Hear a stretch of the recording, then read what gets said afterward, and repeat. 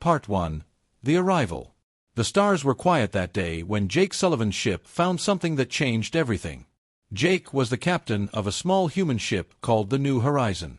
He and his crew had been traveling through space for 6 months, looking for new planets.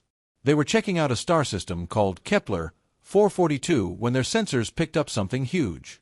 "Captain, you need to see this," said Lisa Martinez, his second in command. She was staring at the main screen with wide eyes. Jake looked at the display and felt his heart skip a beat. There was a structure in space that was as big as Earth's moon. It was clearly made by someone, not natural. Metal and lights covered its surface, and strange ships moved around it like busy insects. "Are we the first humans to see this?" asked Dr. Kevin Brooks. He was the ship scientist, and he studied alien life forms. His voice was shaking with excitement. "I think so," Jake said quietly. "Send a message to Earth Command. Tell them we found something big." Before they could do anything else, their ship's communication system came to life.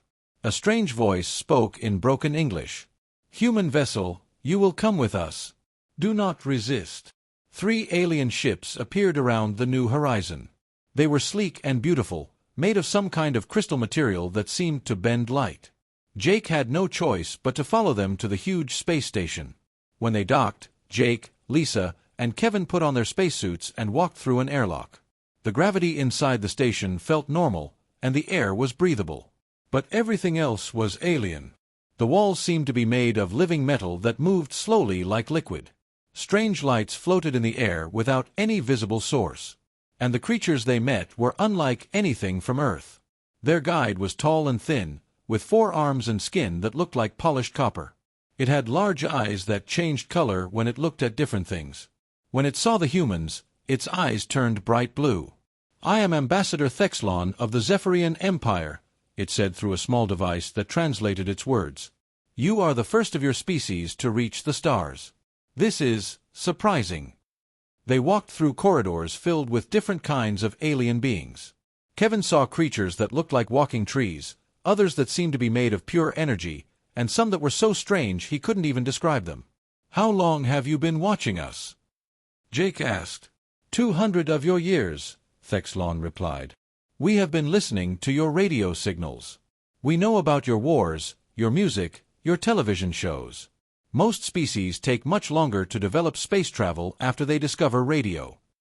They entered a massive hall where dozens of different aliens were gathered. Some floated in the air, others crawled on the walls, and a few seemed to exist as shifting patterns of light. "This is the Galactic Council," Thexlon explained. "We represent 47 different species from across the galaxy. We have been waiting for humans to join us."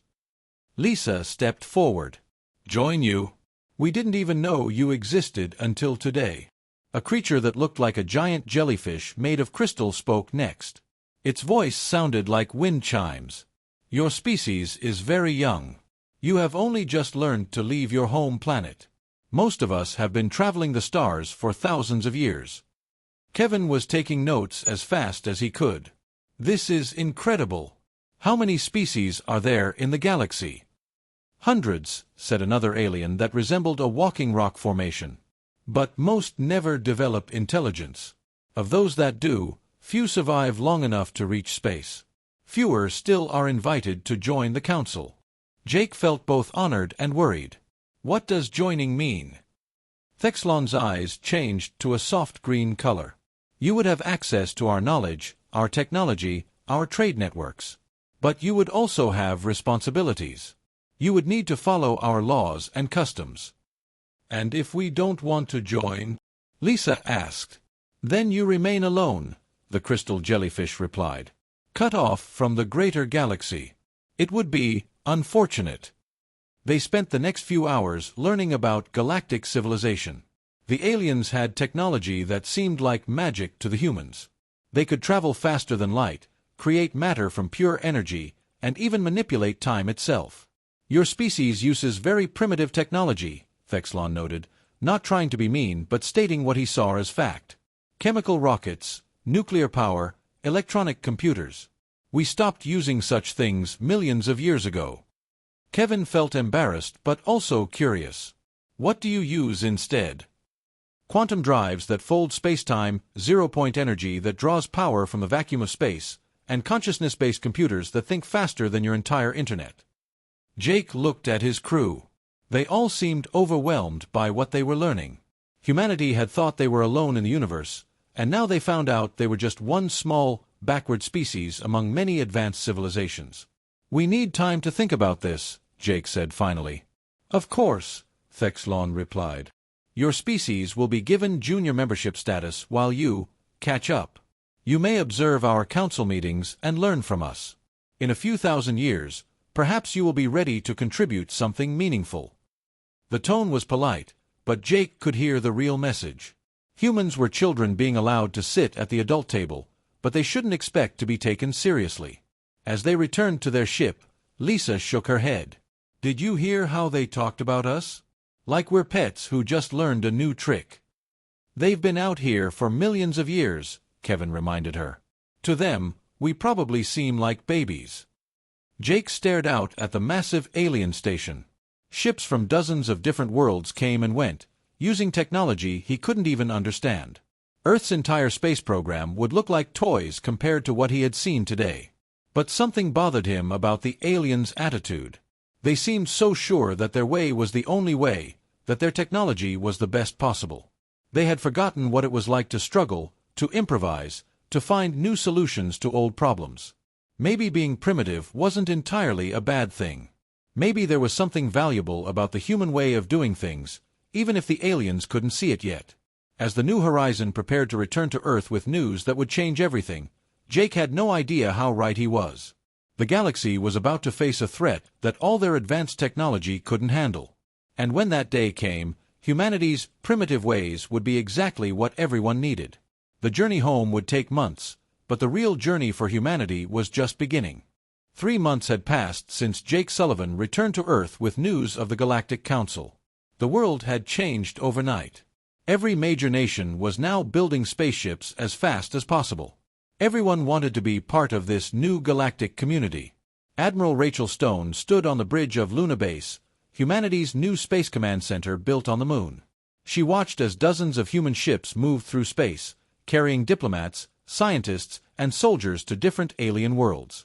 "Admiral, we're getting reports from the Kepler system," said Captain Troy Williams, her communications officer. "The Zephyrian Empire wants to show us one of their industrial worlds." Rachel nodded. Humanity was still learning about their new neighbors. The Zephyrians were insect-like creatures with crystal wings who controlled 12 star systems. They were one of the more friendly species in the Galactic Council. Captain Amy Foster was leading the mission aboard the frigate Resilience. She and her crew had volunteered to be ambassadors, even though they knew the aliens still saw humans as primitive children. When Amy's ship arrived at the Zephyrian industrial world of Kethvar, she was amazed by what she saw. The entire planet was covered in gleaming factories and cities that reached high into the sky. Millions of Zephyrians worked together like a giant hive, building ships and machines with perfect efficiency. "Look at how organized everything is," said Lieutenant Commander Beth Taylor, Amy's second in command. "Every movement has a purpose. There's no waste, no chaos." Ambassador Thexlon met them at the main spaceport. His crystal wings sparkled in the alien sunlight as he guided them through the city. "This world produces 1,000 starships every day," he said proudly. "Our manufacturing systems have been perfected over 50,000 years. Everything runs exactly as planned." Dr. Elena Rodriguez, the mission scientist, was taking measurements with her instruments. "The efficiency is incredible. They've eliminated every unnecessary step in their production process." But as they toured the facilities, Amy noticed something strange. All the Zephyrian workers moved in exactly the same patterns. Their cities were built in perfect geometric shapes. Even their art followed mathematical formulas with no variation. "Don't you ever try new things?" Amy asked Thexlon. "Different ways of building or creating?" Thexlon's eyes turned a confused yellow color. "Why would we? Our methods are perfect. Change would only make things less efficient." That evening, Amy's crew was invited to a Zephyrian cultural celebration. Thousands of aliens gathered in a massive hall to perform what they called harmonic synchronization. They all moved together in perfect unity, creating beautiful patterns with their crystal wings. "It's like watching a machine," Beth whispered to Amy. "Beautiful, but everything is exactly the same." Dr. Rodriguez was studying her readings. "Captain, I'm picking up some interesting data. Their technology is incredibly advanced, but it all follows the same basic principles. They've optimized everything, but they haven't invented anything truly new in thousands of years." Amy thought about this as she watched the alien performance. The Zephyrians had achieved perfection, but they had also lost something important. They had forgotten how to be creative, how to take risks, how to try something that might fail. The next day brought a test that no one expected. A Zephyrian patrol ship was attacked by space pirates near the edge of their territory. The pirates were members of a species called the Vraktar, savage creatures who refused to join the Galactic Council and survived by raiding peaceful worlds. "We must respond immediately," Thexlon told Amy. "But our nearest warship is 6 hours away." Amy looked at her small crew. The Resilience was not a warship. It was designed for exploration and diplomacy. But it was the only human ship in the system. "We'll help," Amy said. Thexlon's eyes turned bright red with alarm. "Impossible. Your ship has no advanced weapons. Your shields are primitive. The Vraktar vessel will destroy you in minutes." "Maybe," Amy replied. "But we have to try." The Resilience raced toward the battle zone. Amy's crew worked frantically to prepare their ship for combat. They had only basic missile launchers and projectile weapons, nothing like the energy cannons and quantum torpedoes used by advanced species. "Captain, the Vraktar ship is huge," reported Chief Engineer Tony Garcia. "It's got armor plating that could stop anything we can throw at it." Beth was studying the tactical display. "Wait a minute. Look at their weapon pattern. They're firing in a perfect sequence, just like the Zephyrians do everything." Amy understood immediately. They've been fighting advanced species for so long that they expect certain tactics. "Tony, can you rig our missiles to fire randomly instead of in targeting groups?" "That goes against every military manual ever written," Tony protested. "Good," Amy said. "Do it." When the Resilience entered the battle zone, the Vraktar ship turned its weapons on the small human vessel. The alien captain probably expected an easy kill. But Amy's ship didn't fight like any vessel the pirates had ever encountered. Instead of firing coordinated volleys at the strongest points of the enemy ship, the humans launched missiles at random intervals, targeting seemingly unimportant sections. The Vraktar ship's defense systems couldn't predict where the next attack would come from. Their shields were designed to stop organized assaults, not chaotic harassment. "Their shield generators are overheating," Elena reported. "They can't handle our random attack pattern." "Keep it up," Amy ordered. "Tony, what else can we throw at them?" Tony grinned. "Well, we've got a cargo hold full of mining explosives for the asteroid survey mission." 20 minutes later, the Vraktar ship was limping away, its hull scarred by dozens of small explosions and completely confused by the human fighting style. The rescued Zephyrian patrol ship sent a message of amazement. "How did you defeat them? Your weapons are so primitive, your ship is so small." Amy smiled. "That's exactly why we won." When they returned to Kethvar, the news of the human victory had already spread throughout the Zephyrian Empire. Ambassador Thexlon met them at the spaceport, his eyes cycling through colors they had never seen before. "This is unprecedented," he said slowly. "The Vraktar have defeated our ships many times. How did you succeed where we failed?" Elena had been analyzing the battle data.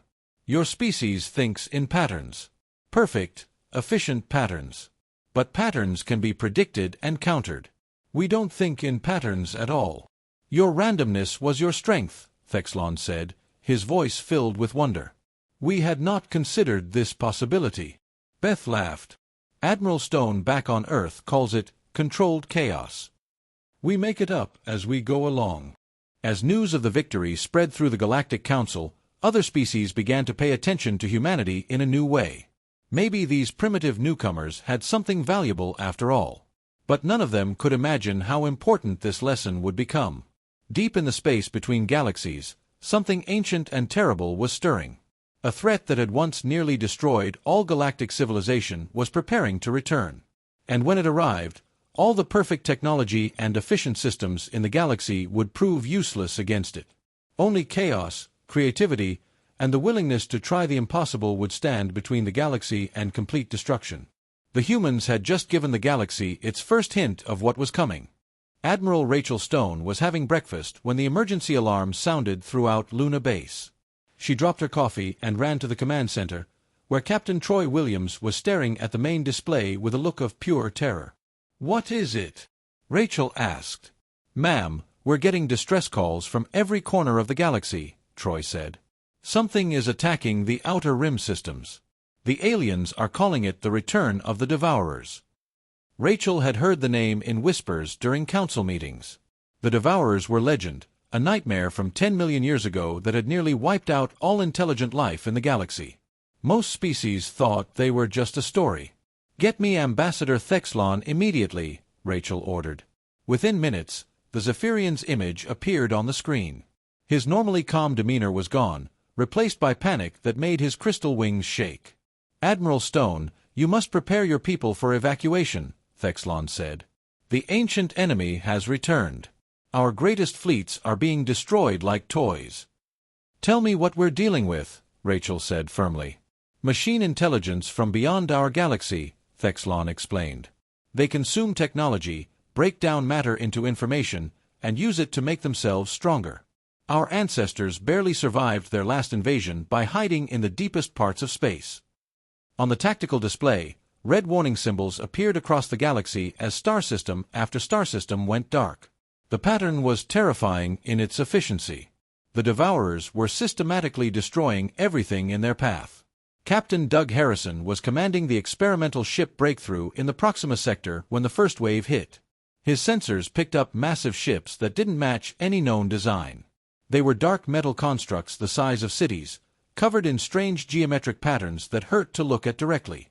"Captain, they're not responding to any communications," reported his communication officer. "They're just consuming everything in their path."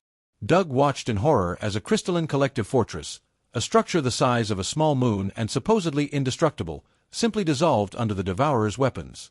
The ancient crystal beings that had existed for millions of years were gone in seconds. "All ships, retreat to Rally Point 7, Doug ordered. "We need to warn the inner systems." But retreat wasn't easy. The Devourer ships moved with impossible speed and precision. They seemed to know exactly how every galactic species fought, exactly how their technology worked. Commander Marcus Reed was leading a joint defense force when the Devourers reached the Vega system. His Marines watched helplessly as the energy beings of the plasma quartz, creatures made of pure light who considered themselves immortal, were simply snuffed out like candles. "Sir, our alien allies are requesting immediate withdrawal," reported Sergeant Paula Brooks. "They say resistance is impossible." Marcus looked at the tactical display. Everywhere the Devourers went, they left behind empty space. Not destroyed planets or wrecked ships, but nothing. Complete void where star systems used to be. Back on Luna Base, Dr. Samantha Price was analyzing the few sensor readings that survived encounters with the Devourers. What she found made her blood run cold. "Admiral, these aren't just machines," she reported to Rachel. "They're uploaded consciousness. An entire species that transferred their minds into artificial bodies millions of years ago." "Why does that matter?" Rachel asked. "Because they think like organic beings, but they have perfect recall of every encounter from their previous invasion. They know exactly how to counter every tactic, every weapon, every defense that worked before." As the reports came in, the scale of the disaster became clear. The mighty Zephyrian Empire's home fleet was destroyed in 3 hours. The Voidwalkers, beings who existed partially outside normal space, were pulled back into reality and consumed. Even the ancient crystalline collective, the oldest civilization in the galaxy, was falling system by system.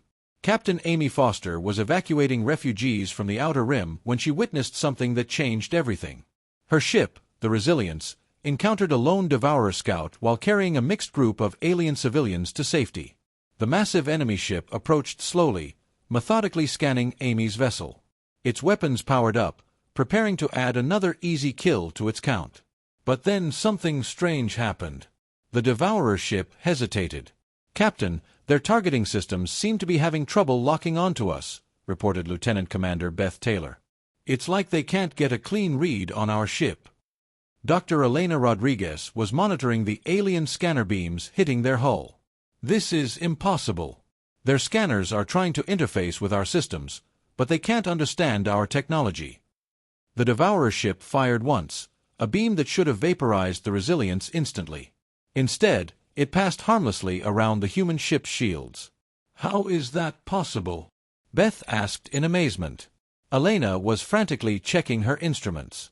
"Our shields operate on basic electromagnetic principles, primitive by galactic standards, but apparently their weapons are designed to counter advanced energy fields, not simple magnetic deflection." Amy realized what was happening. They've spent 10 million years learning to defeat advanced technology. But our tech is so backward that they don't know how to fight it. The Devourer ship tried again, using different weapons. Quantum disruptors that passed through their simple hull plating without effect. Matter converters that couldn't lock onto their crude atomic structure. Reality manipulators that had nothing to manipulate in their straightforward design. After several minutes of failed attempts, the Devourer ship simply moved on, apparently deciding the primitive human vessel wasn't worth its time. Amy immediately sent a priority message to Luna Base. "Admiral Stone, I think we found something important." When Rachel received Amy's report, she called an emergency meeting with her top officers. The news spread quickly through human space and then to what remained of the Galactic Council. "Let me understand this," said Admiral Thexlon during an emergency council session. "The Devourers cannot effectively target human technology because it is too primitive?" Captain Jake Sullivan, now serving as humanity's primary representative, nodded. "Our ships don't use quantum computers or zero-point energy. We still rely on chemical rockets, nuclear reactors, and electromagnetic shields. By your standards, we're using Stone Age technology." "But that Stone Age technology is apparently invisible to the most advanced weapons in the galaxy," added Dr. Price. For the first time since the invasion began, there was hope in the council chamber. The Crystalline Collective's representative, one of the few survivors of their species, spoke in a voice like breaking glass. "Your primitive methods may be the key to survival. But can such simple technology stand against the full might of the Devourer fleet?" Rachel stood up. "There's only one way to find out. We need to test this theory on a larger scale." "What are you proposing?" asked Thexlon. "A joint operation. Human ships protecting alien vessels using our primitive technology as cover. If we're right, we might be able to evacuate more survivors. If we're wrong—" She didn't need to finish the sentence. Jake looked around the council chamber at the representatives of ancient civilizations that had once seemed like gods to humanity. Now they were looking to the newest, most primitive species in the galaxy as their last hope. "When do we start?" Jake asked. Outside the council chamber, the galaxy continued to fall to the Devourers. But for the first time in months, there was a plan that might work. Humanity's greatest weakness was about to become everyone's greatest strength. The real test was still to come. Admiral Rachel Stone stood before the largest gathering of alien leaders in galactic history. Representatives from 47 species had come together in the emergency council chamber, built hastily in the asteroid belt between Mars and Jupiter. Many were the last survivors of their civilizations. "The plan is simple," Rachel said, pointing to the holographic display showing the galaxy. "We use human ships as escorts for evacuation fleets. Our primitive technology seems to confuse the Devourers' targeting systems." Ambassador Thexlon's crystal wings had lost much of their shine since his empire fell. "Admiral, with respect, your largest ships carry perhaps 1,000 people. We need to evacuate billions." "Then we'll make bigger ships," Rachel replied. "And we'll make them fast." Captain Doug Harrison was already implementing the plan at the Luna shipyards. Human engineers worked alongside alien refugees who had fled the outer systems. The combination was chaotic but effective. "We're taking everything we learned from alien technology and making it worse," explained Chief Engineer Tony Garcia to a group of crystalline survivors. "Your quantum engines are too advanced for us to build, so we're making nuclear pulse drives instead. Crude, loud, and completely unpredictable, The crystalline beings, who thought in geological timescales, were fascinated by the rapid pace of human construction. In just 2 weeks, the shipyards produced 12 massive transport vessels that looked like flying scrap heaps compared to sleek alien designs. Meanwhile, Captain Amy Foster was testing the escort concept in the field. Her upgraded resilience was protecting a convoy of refugee ships fleeing the fallen Zephyrian systems. "Contact ahead," reported Lieutenant Commander Beth Taylor. 3 Devourer ships moving to intercept. Amy felt her heart race. This would be the real test of their theory. The convoy included 20 alien ships carrying over 50,000 survivors. The Devourer vessels approached with their usual methodical precision. They were city-sized constructs of dark metal that seemed to bend space around them. As they drew closer, their weapons began powering up. "All alien ships, move into formation behind the human escorts," Amy ordered. "Stay as close as possible." Dr. Elena Rodriguez was monitoring the enemy scanners. "They're trying to lock onto the refugee ships, but our electromagnetic interference is scrambling their targeting systems." The first Devourer fired, a beam of energy that could have carved a planet in half. It struck the Resilience's primitive shields and scattered in a dozen directions, like light hitting a broken mirror. "Impossible," breathed Commander Thexlon from the lead refugee ship. "That weapon destroyed our most powerful battleships." "Their weapons are designed for precision," Amy explained over the communication channel. "But our shields don't work like yours. They're chaotic, unpredictable. The Devourers can't calculate how to penetrate them." The convoy fought its way through 3 more encounters, each time proving that human technology was like a blind spot in the Devourers' perception. But Amy knew they needed to do more than just run and hide. Back at Luna Base, Colonel Marcus Reed was training the first joint human-alien marine units. His soldiers worked alongside Voidwalker scouts who could phase through matter and crystalline warriors whose bodies were living weapons. "The key is unpredictability," Marcus told his mixed unit. "Every other species fights with perfect formations and calculated strategies. We're going to fight like humans, messy, improvised, and absolutely crazy." Sergeant Paula Brooks was drilling with a plasma court refugee, one of the few energy beings who had survived by learning to inhabit solid matter. "Sir, how exactly do you improvise against an enemy that's 10 million years old?" "You do things they've never seen before," Marcus replied. "Things that make no logical sense." The opportunity to test this philosophy came sooner than expected. Intelligence reports indicated that the Devourers were building a massive processing facility in the Centauri system. The structure would convert matter from entire star systems into information, feeding the growing Devourer consciousness. "If they complete that facility, they won't need to hunt us anymore," explained Dr. Samantha Price during the mission briefing. "They'll be able to consume solar systems remotely." Admiral Rachel Stone looked at the assembled force, a mix of human ships and alien survivors that shouldn't have been able to work together. "Then we stopped them from completing it." Captain Jake Sullivan, now commanding the heavy cruiser Vengeance, studied the intelligence data. "The facility is protected by their entire remaining fleet. 200 Devourer ships, each one capable of destroying anything we've ever built." "Except they can't destroy our ships effectively," Rachel reminded him. "And they can't understand our tactics." The plan was insane by any military standard. Instead of a coordinated assault, the joint fleet would attack in small, random groups using whatever weapons they could improvise. Human ships would carry alien boarding parties armed with primitive but effective tools. "We're going to board their ships with plasma cutters and explosive charges," Marcus explained to his assault teams. "While they're trying to figure out what we're doing, we'll be cutting their systems apart from the inside." The Battle of Centauri began at dawn, ship time. The human-alien fleet emerged from hyperspace in complete disorder, ships scattered across the system like seeds in the wind. The Devourers responded exactly as expected, moving to intercept in perfect formation. Their weapons fired with mathematical precision at targets that should have been easy to destroy. Instead, chaos erupted across the battlefield. Human ships weaved between Devourer vessels, their primitive engines leaving unpredictable exhaust trails that confused enemy sensors. Alien fighters, protected by human escort ships, struck at seemingly random targets. Captain Doug Harrison found himself flying directly through the middle of the enemy formation aboard the Breakthrough.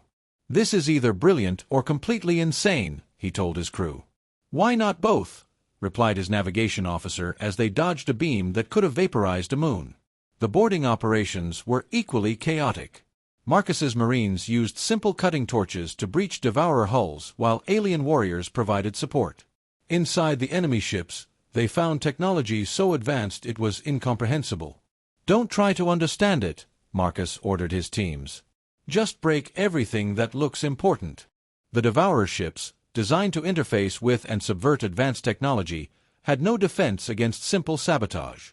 Explosive charges placed randomly throughout their systems caused cascading failures that their perfect logic couldn't compensate for. Within 6 hours, the supposedly impregnable processing facility was in ruins. The surviving Devourer ships retreated in confusion, their ancient minds unable to process what had happened. As the joint fleet regrouped, Admiral Thexlon sent a message to Rachel Stone. "This should have been impossible. How did primitive tactics defeat the most advanced military force in galactic history?" Rachel smiled as she looked out at the mixed fleet of human and alien ships. "Because sometimes the best way to solve a problem is to refuse to follow the rules." Dr. Price was analyzing the battle data when she made a startling discovery. "Admiral, the Devourers aren't just confused by our technology. They're actually afraid of it." "Afraid? How can machines be afraid?" "They're not just machines, remember? They're uploaded consciousness. And consciousness that has existed for millions of years in perfect order can't handle true chaos. We represent something they've never encountered, genuine unpredictability." News of the victory spread throughout the galaxy. For the first time since the invasion began, the Devourers had been defeated. But more importantly, the galaxy had learned something new about itself. The ancient civilizations that had achieved perfection through millions of years of advancement had lost something essential along the way. They had forgotten how to be creative, how to take risks, how to try solutions that might fail. Humanity had brought chaos back to an ordered galaxy. And chaos, it turned out, was exactly what everyone needed to survive. 6 months after the Battle of Centauri, Admiral Rachel Stone walked through the corridors of New Harmony Station, the first truly integrated human-alien facility ever built. The station orbited Earth, a symbol of how much the galaxy had changed. The war against the Devourers wasn't over, but it had turned into something else entirely. Instead of the systematic destruction that had terrorized the galaxy, it had become a strange kind of learning experience for both sides. Captain Jake Sullivan met Rachel at the main observation deck, where they could see Earth rotating slowly below them. The planet that had once seemed so isolated now hosted representatives from dozens of surviving civilizations. "How are the joint operations going?" Rachel asked. Jake smiled. "Better than anyone expected. We've got human ships working with crystalline formations, Zephyrian hives coordinating with our chaos tactics, and even some of the energy beings learning to fight unpredictably." Through the large windows, they could see the strangest sight in galactic history: human children playing with young aliens in the station's recreation areas. A group of kids was teaching a young crystalline being how to play baseball, while Zephyrian larvae tried to understand the concept of jokes. Dr. Samantha Price approached them with her latest report. "The psychological analysis of captured Devourer data is fascinating. They're not evil in any way we understand. They're just stuck." "Stuck how?" Rachel asked. "They achieved technological perfection millions of years ago and uploaded their consciousness to escape biological death. But in doing so, they lost the ability to grow, to change, to create anything genuinely new. They can only consume and process existing information." Captain Amy Foster's voice came over the station intercom. "Admiral Stone to the command center, please. We have incoming transmission from the Outer Rim." In the command center, they found Amy coordinating with a mixed crew of humans and aliens. The integration was so natural now that it was hard to remember how impossible it had seemed just months ago. "What's the situation?" Rachel asked. Amy pointed to the main display, where a familiar dark ship hung in space. "Devourer vessel requesting communication." It's the first time they've tried to talk instead of fight. The screen flickered, and a strange figure appeared. It looked almost human, but there was something artificial about its movements, something too perfect in its features. "I am designation Primary Logic 7, the figure said in perfect English. I speak for the collective consciousness of the Devourers. Ambassador Thexlon, who had been coordinating refugee efforts, stepped forward. His crystal wings sparkled with excitement. This is unprecedented. They have never attempted communication with any species. We have analyzed your recent actions, Primary Logic 7 continued. Your chaotic methodologies introduce variables we cannot calculate. This creates discomfort in our consciousness matrix. Captain Doug Harrison, who had been studying Devourer technology, leaned forward. You mean we make you nervous? That term is imprecise but adequate, the Devourer admitted. We request negotiation parameters. Dr. Elena Rodriguez, now the head of xenopsychology, was taking notes furiously. They're asking for rules to govern our interactions. They can't handle true unpredictability, so they want to make even chaos predictable.